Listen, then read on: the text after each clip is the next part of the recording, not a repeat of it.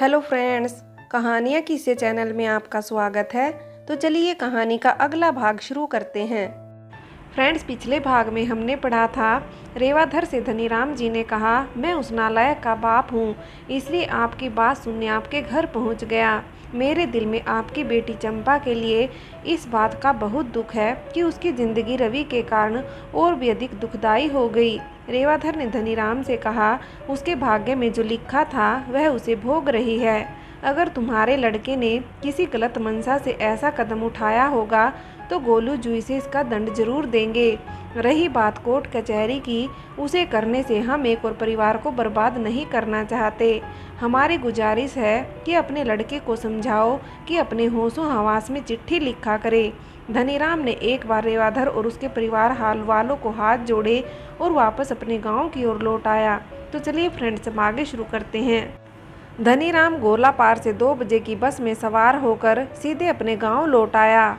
वह अभी घर पहुंचा ही था कि रधुली ने बताया कि आपके जाने के बाद हीरालाल जी आपसे मुलाकात करने आए थे।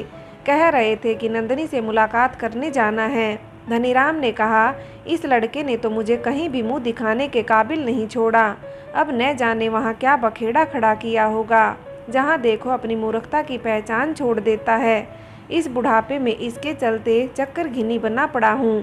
कहाँ कहाँ इसको बचाने के लिए झूठ सच बोलता फिरूं। इससे अच्छा तो भगवान मुझे इस दुनिया से उठा ही देता तो अच्छा होता। धनीराम की बातों में निराशा अधिक थी। यह देखकर रधुली बोली, गोलापार में क्या हुआ?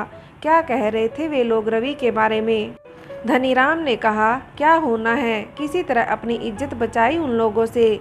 रेवाधर का पूरा परिवार इस घटना से आग बबूला हुआ पड़ा है। शुक्र है गोलू जू की कृपा से जूते पड़ने से बच गया। उन लोगों की बात भी सही है। भला रवि ने क्या दुनिया भर की औरतों का ठेका लिया है कि उनके साथ बुरा ना हो। भले ही उसने भले मन से चंपा को यह चिट्ठी लिखी हो, लेकिन इसमें उसकी बंटी से बदले का भाव तो दिखता ही है। बड़ी मुश्किल से समझा बुझा कर आया हूँ उन लोगों को, तब जाकर वे रवि और हमें कोर्ट कचहरी में न घसीटने पर राजी हुए। रधुली ने यह सब सुना तो उसने भी इस बात के लिए अपने इष्ट देव गोलू जू का धन्यवाद किया। इसके बाद रधुली धनीराम के लिए चाय तैयार करने लगी। धनीराम ने हुक्का भरा और बाहर चौक के कनीस में बैठकर हुक्का पीने लगा। रधुली ने चाय का गिलास धनीराम को पकड़ाया और पूछा, आज दिन में खाना तो नहीं खाया होगा आपने, चलो जल्दी से रोटी तैयार करती हूँ। यह कहकर वह अंदर रसोई में चली आई। धनीराम ने चाय पी और इसके बाद हाथ मुंह धोकर वह शाम की संध्या करने लगा। इतनी देर में रधुली ने सब्जी रोटी तैयार कर दी। उसने धनीराम को भोजन करने के लिए आवाज़ लगाई। धनीराम भोजन करने रसोई घर में पहुंच गया। रधुली ने भी भोजन किया और इसके बाद दोनों दिन भर की बातों को एक दूसरों को बताने लगे। रधुली ने इस बात पर खुशी जाहिर की कि धनीराम ने आज अपनी रवि को जेल जाने से बचा लिया। उसने धनीराम से पूछा, आपको रेवाधर जी की बेटी चंपा भी दिखी? उसका तो बुरा हाल होगा, उस बेचारी की किस्मत भी खराब ही निकली। धनीराम ने कहा, नहीं, उसे तो मैंने नहीं देखा, इतनी हिम्मत भी नहीं हुई कि उससे मुलाकात करता। इसके बाद रधुली ने धनीराम से हीरालाल की एक एक बात को विस्तार से बताया। उसने धनीराम से कहा कि मुझे तो हीरालाल की मंशा पर शक सा हो रहा है। वह कह रहे थे कि मैंने तो आपके लड़के की बहुत तारीफ सुनी थी, लेकिन उसकी एक एक गलती खुद पर भारी पड़ रही है। पहले उसने नंदिनी के ससुराल में रीना के नाम से नंदिनी को चिट्ठियाँ भेजी। नंदिनी के सास ससुर को न जाने इस बात की भनक कैसे लग गई। उसकी इस गलती की वजह से मुझे भी मनीराम और उनकी पत्नी के आगे शर्म से झुकना पड़ा। कल ही नंदिनी का संदेश आया था कि वह रवि के बारे में मुझसे कुछ जरूरी बात करना चाहती है। अब न जाने क्या मुसीबत खड़ी की होगी इन दोनों ने। मेरा तो मन नहीं वहाँ जाने का, लेकिन यदि पंडित जी आ जाएं तो उनसे पूछ लेना कि आगे क्या करना है।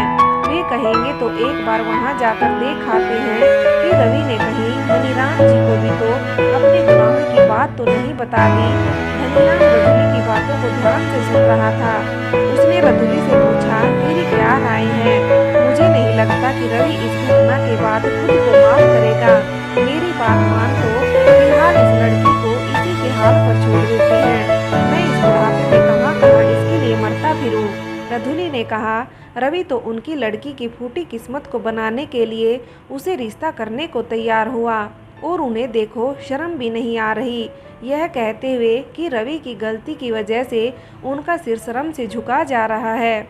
अरे पहले से ही अपनी बेटी को समझाते तो आज यह नौबत ही ना आती। फिर भी मैं आखिरी बार रवि के लिए आपके आगे हाथ जोड़ती हूँ कि कल एक बार मनीराम जी के घर चले जाओ। नंदनी के बाप हीरालाल को भी अपने साथ ले जाना। अगर वे लोग ज़्यादा 3-5 करे तो कह देना हमारा लड़का तो ना समझ है, इसलिए अपनी बेटी का रिश्ता कहीं और कर ले। हमारा रवि भी इसी बहाने इस बला से मुक्त हो जाएगा। रधुली की बातें सुनकर धनीराम ने उसे समझाते हुए कहा, सन्नी की माँ, तू मेरी बात मान, हम भी कुछ दिन के लिए सन्नी के पास चले जाते हैं। इस गाय को बेच देता हूँ, जो कुछ पैसे मिलेंगे उसे पुनः आने जाने का किराया निकल जाएगा। अभी तो रवि ने दूर दराज के लोगों को यह बात बताई है, कल को जब दौलत राम को यह बात पता चलेगी तो फिर गांव में रहना भी मुश्किल हो जाएगा। रधुली ने धनीराम की बात सुनी तो वह बोली, दौलत राम के डर से हम गांव छोड़ दें? तुम भी कैसी बात बच्चों वाली बातें कर रहे हो? जो होगा देखा जाएगा, मैं इस घर से कहीं न जाऊंगी।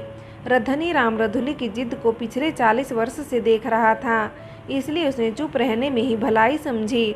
उसने एक बार फिर हुक्का भरा और अपनी खटिया में लेटे लेटे हुक्का पीने लगा। थोड़ी देर बाद रधुली को नींद आ गई तो दिन भर का थका हारा धनीराम भी हुक्का एक किनारे रखकर अपने बिस्तर पर सो गया। अगले दिन हर रोज की तरह रधुली और धनीराम सुबह जल्दी उठ गए। धनीराम ने स्नान ध्यान के बाद पूजा की। इतनी देर में रधुली गौशाला से गाय का दूध दूह कर आ गई। उसने धनीराम के लिए चाय तैयार की। चाय लेकर वह धनीराम के पास पहुंची तो धनीराम ने ही रधुली से पूछा, क्या करूं? एक बार मनीराम से मिल कर आ जाऊं क्या? रधुली बोली, मेरे हिसाब से तो यही ठीक रहेगा, बाकी तुम्हारी मर्जी, पर वहां अकेले मत जाना, नंदनी के बाप को भी साथ ले जाना। धनीराम ने कहा, ठीक है, तू जल्दी से नाश्ता तैयार कर, आज मैं इस रगड़े को ख़त्म ही कर दूंगा। धनीराम की बात सुनकर रधुली ने जल्दी से चाय नाश्ता तैयार किया। धनीराम ने नाश्ता किया और फिर कंधे में झोला टांगकर हीरालाल के गांव की ओर चल पड़ा। करीब 1 घंटे के बाद वह हीरालाल के घर जा पहुंचा। हीरालाल घर पर ही था। धनीराम ने हीरालाल और उनकी पत्नी को दुआ सलाम किया। हीरालाल ने बेटी अंजू को चाय बनाने को कहा। इसके बाद उसने धनीराम से गोलापार की घटना के बारे में पूछा। धनीराम ने हीरालाल को बताया कि मैंने उन लोगों को बताया कि रवि की कोई गलती नहीं है, उसने चिट्ठी में जो भी लिखा था वह सच ही था। बंटी और आपकी बेटी के बारे में मैंने भी उन्हें सच सच बताया तो वे लोग भी मेरी बात समझ गए।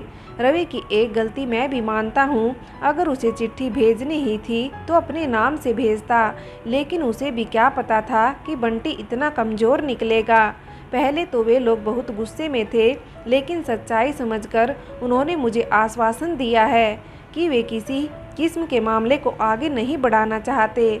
हमें भी तो इसी बात का डर था, पर गोलू जी की कृपा से यह मुसीबत तो टल गई। धनीराम ने हीरालाल से पूछा, आप भी कल हमारे गांव आए थे, क्या कुछ खास काम था?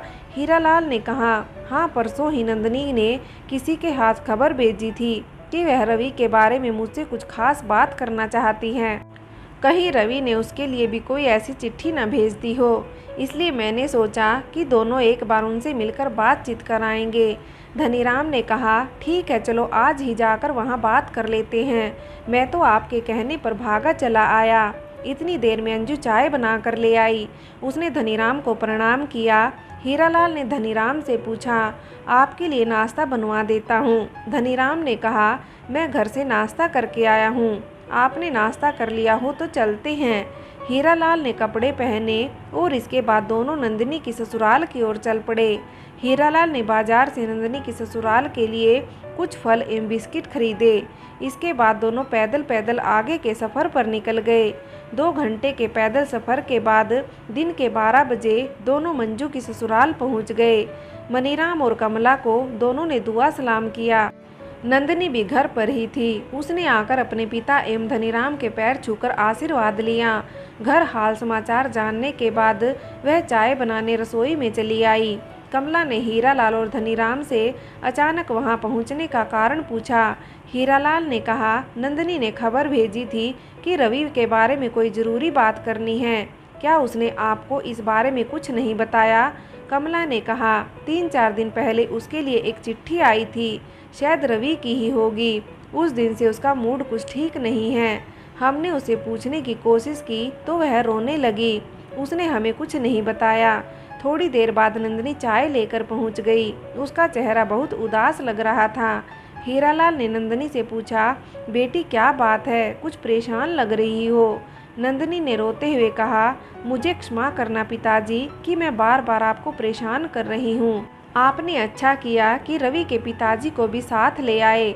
4 दिन पहले रवि की चिट्ठी आई थी जिसमें उसने ऐसी बातें लिखी हैं कि उसका जेल जाना निश्चित है। न जाने उसने ऐसा क्यों किया। यह कहकर वह जोर जोर से रोने लगी। कमला ने नंदिनी को समझाते हुए पूछा, ऐसा क्या लिखा है उसने इस चिट्ठी में? नंदिनी ने वह चिट्ठी अपने पिता को दे दी। हीरालाल ने चिट्ठी पकड़कर उसे अपनी जेब में रख दिया। इसके बाद धनीराम ने मनीराम, कमला एवं नंदिनी को बताया कि मेरे लड़के रवि का दिमाग आजकल कुछ ठीक नहीं लगता है। उसने ऐसी ही चिट्ठी मेरे लिए और हीरालाल जी के लिए भी भेजी थी। ऐसी ही एक चिट्ठी उसने बंटी के मंगेतर के घर वालों के नाम भी भेजी थी। मैं कल ही वहाँ उन लोगों से मिल कर आया हूँ। तुम लोग रवि के जेल जाने की चिंता न करो, बस गोलू जी से प्रार्थना करो कि उसका दिमाग ठीक रहे। संसार में जो सच के रास्ते पर चलता है, भगवान भी उसकी मदद करते हैं। रवि ने एक गलती जरूर की है कि उसने खुद के नाम से चिट्ठी न लिखकर किसी औरत के नाम से चंपा को पहली चिट्ठी लिखी थी जिसमें उसने सच्चाई ही लिखी थी। उसे भी क्या पता था कि एक सच से जो 2 जिंदगियां तबाह हो जाएंगी और उसकी खुद की जिंदगी में भी भूचाल आ जाएगा। आप लोग हिम्मत से काम ले। यह सुनकर नंदिनी की आंखों से आंसू बहने बंद हुए। मनीराम और कमला की परेशानी भी कुछ कम हुई। इसके बाद कमला रसोई घर की ओर चली गई तो नंदिनी भी उसके साथ साथ रसोई घर की ओर चली आई। कमला ने नंदिनी से पूछा कि रवि ने और क्या लिखा है चिट्ठी में? नंदिनी बोली, यही सब लिखा था कि मैंने ही चंपा के घर चिट्ठी भेजी थी क्योंकि बंटी ने मेरे साथ धोखा किया था। मैं उसे बदला लेना चाहता था पर वह आत्महत्या कर लेगा ऐसी उम्मीद मुझे न थी। उसकी मौत से अधिक मुझे चंपा की जिंदगी तबाह होने का दुख है और इसका प्रायश्चित करने के लिए मैं अपना जुर्म कबूल करना चाहता हूँ। कमला बोली, बड़ा ही मूर्ख निकला तेरा रवि। अरे किसी की जिंदगी तबाह करके उसे क्या फ़ायदा हुआ? और जब ऐसा ही कर दिया था तो पूरी दुनिया में ढिंडोरा पीटने से क्या वह बंटी जिंदा हो जाएगा? मैं तुझे अब भी समझा रही हूँ, तू उस मूर्ख रवि के लिए अपनी ज़िंदगी तबाह मत कर, बाकी तेरी मर्जी। इसके बाद दोनों दिन का भोजन तैयार करने लगी। भोजन तैयार करने के बाद कमला ने मनीराम को मेहमानों को भोजन करने को कहा। धनीराम, हीरालाल और मनीराम ने एक साथ बैठकर भोजन किया।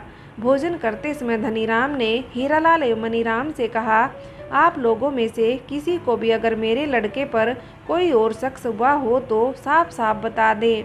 मैंने अपनी ओर से अपनी बात आप लोगों को बता दी है। जैसा भी आप लोगों का निर्णय होगा मैं यहाँ से जाने के बाद उसे चिट्ठी लिखकर उसे बता दूंगा।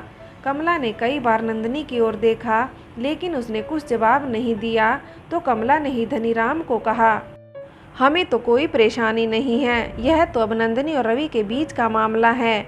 फिर भी फिलहाल नंदिनी की सास होने के नाते आपसे इतना ज़रूर कहूँगी कि रवि को समझा दें कि चिट्ठी में कोई भी बात सोच समझ कर लिखनी चाहिए। किसी का घर बर्बाद करने से कोई फ़ायदा नहीं होता है। धनीराम ने कमला की बातों पर कोई जवाब नहीं दिया। भोजन के बाद मनीराम ने एक बार फिर हुक्का भरा। हीरालाल, धनीराम और मनीराम ने तम्बाकू पिया और इसके बाद हीरालाल और धनीराम ने मनीराम से वापस लौटने की इजाज़त मांगी। चलते समय हीरालाल ने नंदिनी को एक बार फिर समझाया। इसके बाद दोनों उसी दिन वापस अपने गांव लौट आए। आकाश नंद का मन नई बस्ती के सुपर स्पेशलिस्ट अस्पताल के कार्य में रमा हुआ था। वह कभी कभार ही शिवालय में आता था। शिवालय की व्यवस्था बाबा चरणदास जी के द्वारा बहुत सुंदर चल रही थी। रवि और बाबा चरणदास जी की मुलाकात के कुछ दिन बाद आकाशनंद शिवालय आया तो बाबा चरणदास ने आकाशनंद को रवि के आने की बात बताई। उन्होंने आकाशनंद को बताया कि वह तुम्हें मिलने के लिए आया था। मैंने अपनी छठी इंद्री के द्वारा पता लगाया तो मुझे पता चला कि उसने अपने गांव में बड़ा बखेड़ा खड़ा किया हुआ है। उसने अपने दोस्त बंटी से बदला लेने के लिए उसकी मंगेतर को शादी से 1 सप्ताह पहले पत्र लिखा कि बंटी का किसी अन्य महिला के साथ प्रेम प्रसंग चल रहा है। यह सुनकर उस लड़की ने जहर खा लिया। इससे दुखी होकर बंटी ने आत्महत्या कर दी। मैंने उसे डांट कर वापस भेज दिया। आकाशनंद ने बंटी और रवि का नाम सुना तो उसे करीब 1.5 वर्ष पहले की घटना याद आई। इन दोनों की एक गलती के कारण ही आकाशनंद का गृहस्थ जीवन एक ही झटके में बर्बाद हो गया था। आकाशनंद ने बाबा चरणदास से पूछा, रवि मुझे खोजने यहाँ क्यों आया होगा? क्या उसने यहाँ को आने का कोई कारण बताया? चरणदास ने कहा, नहीं, मैंने उसे कुछ नहीं पूछा, लेकिन मेरी छठी इंद्री से मुझे ज्ञात हुआ है कि तुम्हारी पूर्व पत्नी रवि के साथ मिलकर तुम्हारी पुश्तैनी जमीन जायदाद को हड़पना चाहती है। तुम्हारे माता पिता को विश्वास में लेकर ये दोनों 1 वर्ष बाद शादी का मन बना चुके हैं। इसमें नंदिनी के पिता और रवि के पिता की भी सहमति है। आकाशनंद ने यह बात सुनी तो सन्यासी होकर भी उसके मन में नंदिनी एवं रवि के प्रति आक्रोश उत्पन्न हो गया। आकाशनंद ने साधु चरणदास से कहा, इस नारी की धूर्तता का सबक तो इसे सिखाना ही होगा। इसके साथ ही वह मूर्ख इंसान जो इसके प्यार के चक्कर में अंध आसक्ति के दौर से गुजर रहा है, उसे भी सीख मिलनी ही चाहिए। आप तो मेरे गुरु हैं, आप ही बताइए कि मुझे अपने माता पिता को इन धूर्तों के चुंगल से मुक्त करवाना चाहिए या नहीं। चरणदास ने आकाशनंद की बात का समर्थन करते हुए कहा, तुम सही कह रहे हो आकाशनंद, लेकिन इस कार्य को करने से पहले इस बात का भी ध्यान देना होगा कि अब तुम एक सन्यासी हो। नंदिनी एवं रवि को दंड देने के पीछे तुम्हारा लक्ष्य समाज सुधार होना चाहिए, न कि प्रतिशोधात्मक। आकाशनंद ने चरणदास से पूछा, क्या इसमें मेरा वहां जाना उचित होगा? गुरुदेव, चरणदास ने कहा, तुम तो पहले ही अस्पताल के निर्माण कार्य में आजकल बहुत व्यस्त हो। ऐसे मौक़ों पर खुद जाने से मामला और अधिक बिगड़ता है। तुम मुझे यह बताओ कि तुम उन दोनों को क्या सज़ा देना चाहते हो? आकाशनंद ने कहा, मैं तो यही चाहता हूँ कि सबसे पहले इन दोनों की कुदृष्टि से अपने माता पिता को बचा सकूँ। उनकी ज़मीन जायदाद वे अपनी इच्छा से जिसे देना चाहें उसे दें, मुझे इसमें कोई भी आपत्ति नहीं है, लेकिन उनके साथ छल करने की सोच रखने वालों को मैं बेनकाब करके रहूँगा। फ्रेंड्स, आगे की कहानी के लिए कहानी का अगला भाग देखें।